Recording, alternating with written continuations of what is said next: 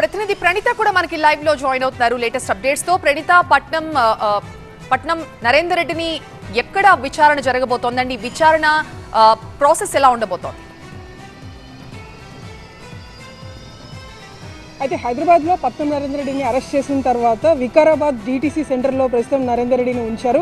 So అక్కడ district police training సెంటర్లో అతన్ని ఉంచి ఇద్దరు అడిషనల్ ఎస్పీలు, ఒక DSP నేతృత్వంలో నరేందర్ రెడ్డిని విచారిస్తున్నారు. అయితే ఈ కేసులో ప్రధానంగా నరేందర్ రెడ్డిని పోలీసులు అదుపులోకి తీసుకోవడానికి ప్రధాన కారణం, ఈ కేసులో ప్రధాన ఆరోపణలు ఎదుర్కొంటున్నటువంటి నిందితుడు సురేష్. ఈ సురేష్కి సంబంధించినటువంటి కాల్ లెటర్ రికార్డింగ్స్ని ఆల్రెడీ పోలీసులు బయటికి తీశారు. సో ఆ call letter రికార్డింగ్స్లో Patnam Narender Reddy phone number రావడం, పదే అంటే ఇన్సిడెంట్ జరిగినటువంటి రోజు, ఇన్సిడెంట్ జరిగినటువంటి టైంలో దాదాపు నరేందర్ రెడ్డికి సురేష్కి మధ్యలో దాదాపు ఒక 10కి పైగా కాల్స్ ఉండటమే నరేందర్ రెడ్డిని అదుపులోకి తీసుకోవడానికి ప్రధాన కారణం. సో నిన్న IG కూడా చాలా క్లియర్గా చెప్పారు, ఇందులో కుట్రకోణం దాగి ఉందనేటువంటి అంశాన్ని పదే ప్రస్తావిస్తూ దీని వెనకాల ఎవరున్నా సరే వదిలిపెట్టేది లేదంటూ కూడా ఆయన చెప్పినటువంటి తర్వాత కొద్ది గంటల్లోనే పట్నం నరేందర్ రెడ్డిని ఇవాళ ఉదయం హైదరాబాద్ ఫిలిం నగర్లో అరెస్ట్ చేసి వికారాబాద్కి తీసుకెళ్లారు. సో అక్కడ DTC సెంటర్లోనే అతనికి వైద్య పరీక్షలు కూడా నిర్వహించబోతున్నారు. అంటే బయటికి తీసుకెళ్తే కొంచెం లా అండ్ ఆర్డర్ ఇష్యూ వస్తుంది కాబట్టి వైద్యులనే DTC సెంటర్ లోపలికి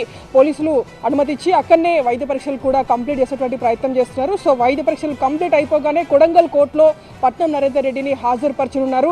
అయితే మరోవైపు అటు BRSకి సంబంధించినటువంటి లీగల్ టీం కూడా ఆల్రెడీ వికారాబాద్కి చేరుకుంది. సో ఆ లీగల్ టీం కూడా ఒకవైపు ఏదైతే కొడంగల్ కోర్టులో రిమాండ్ జరిగితే కనుక సెషన్స్ కోర్టుకు వెళ్ళి బెయిల్ వేసేందుకు వాళ్ళు కూడా ప్రయత్నాలు చేస్తున్నట్టు తెలుస్తుంది. మరోవైపు ప్రధాన నిందితుడిగా ఉన్నటువంటి సురేష్ కోసం అటు పోలీస్ టీమ్స్ ఇంకా గాలిస్తూనే ఉన్నాయి. ఇన్సిడెంట్ జరిగినటువంటి రోజు నుండి అతని మొబైల్ ఫోన్ స్విచ్ ఆఫ్ ఉంది.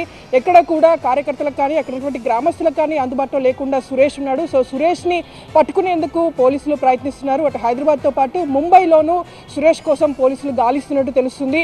ఇప్పటికే సురేష్కి సంబంధించినటువంటి CDR బయటపడింది కాబట్టి అతడి చివరి కాల్స్ ఎవరెవరికి చేశాడు వాళ్ళందరినీ కూడా పోలీసులు అదుపులోకి తీసుకొని విచారించేటువంటి అవకాశం ఉంది. సో అందులో భాగంగానే పట్నం నరేందర్ రెడ్డిని పోలీసులు ఇవాళ ఉదయం అదుపులోకి తీసుకున్నారు. సో అతని నుండి ఇంకా అతన్ని విచారిస్తే ఇంకా ఎవరెవరి పేర్లు బయటకు వస్తాయనేటువంటిది కూడా చూడాల్సి ఉంది. సో ప్రజెంట్ వికారాబాద్ DTCలో అయితే పట్నం నరేందర్ రెడ్డిని విచారిస్తున్నారు. వైద్య పరీక్షలు కంప్లీట్ అయిపోయిన తర్వాత కొడంగల్ కోర్టులో ఆయన్ని హాజరుపరిచి రిమాండ్ చేయబోతున్నారు.